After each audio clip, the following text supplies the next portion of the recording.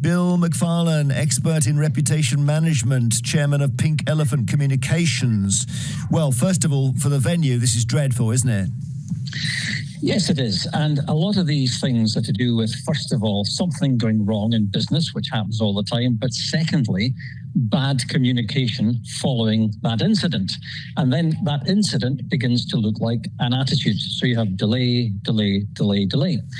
What the company that's been building this has to do, and I had to search around to find out who are the developers. They seem to be Oakview Group. They need to get in the front foot, and they need to do three things. They need to apologize. They need to say what's happened clearly rather than giving us some jargon about something separating from ductwork, as your reporter just pointed out. And then they need to tell us how they're going to fix it permanently. And I call that regret. That's the sorry. Reason, that's the explanation. And remedy, that is recovering the lost moral authority. Now, the moral authority was, we're going to run a concert. Give us money. You can come along. But, oh, no, we've cancelled. Now your visitors from Northern Ireland are unable to go, and they've lost money in flights and accommodation.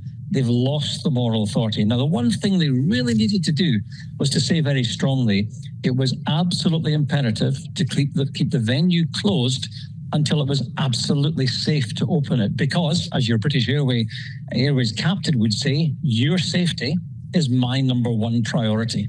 And that's missing from all this. We need an apology, we need a proper explanation, and we need a remedy that recovers the moral authority. Let me ask you about Cooperative Group, because they used to have a really good reputation for not being grasping, not being like the classic banks that brought the country down in 2008. And then they've just had some awful things happen. I mean, the classic was this guy who was the executive chairman, a guy called Paul Flowers, a reverend, who was asked at a select committee how much money was in his bank, and he said 3 billion. The correct figure was 47 billion. So he didn't have any banking experience, it turned out. Yes. Now, again, if you have one incident like that, people often forget. If you have a litany of things, then they will remember. Co-op have come out and said they're relieved that no one was injured. They expressed their frustration. They talked about disruption.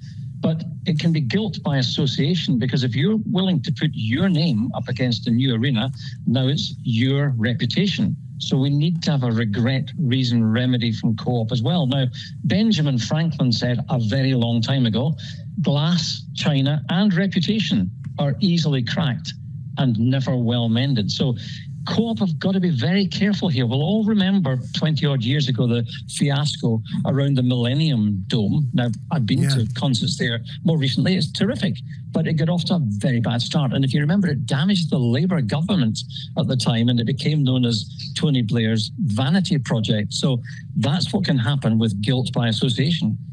Thank you very much indeed. Very interesting. Bill McFarlan is of Pink Elephant Communications, expert in reputation management. That's what we're talking about.